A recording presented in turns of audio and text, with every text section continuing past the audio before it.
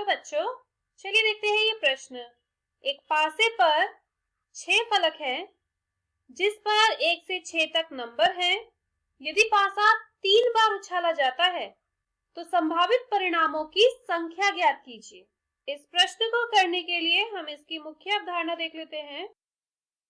देखिए, जब भी हमें कुल परिणाम निकालने हो किसी भी व्यवस्था के, तो यहाँ हमें ये देखना है कि पुनरावृत्ति हो रही है या नहीं हो रही है।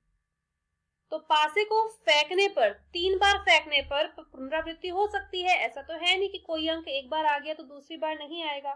तो जब पुनरावृत्ति होगी तब आप इन स्थानों को कैसे भरेंगे। माना हमें 4 स्थानों को भरना है और इनको भरने के लिए हमारे पास 5 विकल्प है।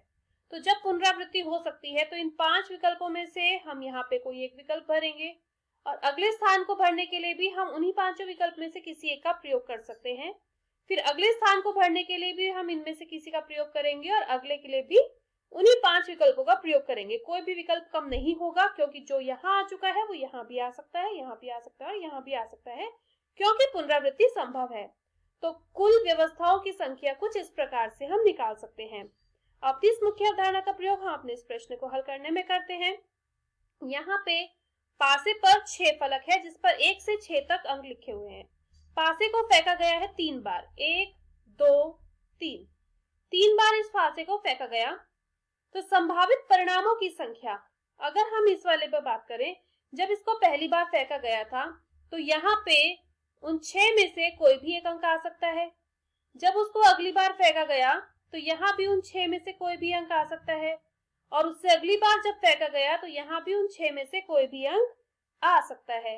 1 से 6 तक की संख्याओं में से कोई भी संख्याएं तीनों परिणामों में आ सकती है। तो कुल परिणाम बराबर होंगे 6 गुणा 6 गुणा 6 बराबर 216 के। कुल 216 प्रकार के यहाँ पे परिणाम मिल सकते हैं जब एक पासे को 3 बार उछाला जाए। यही इसका उत्तर होगा। मैं आशा करती हूँ इस मुख्य अवधारणा की मदद से आपको इस प्रश्न का हल समझ आया होगा। धन्यवाद।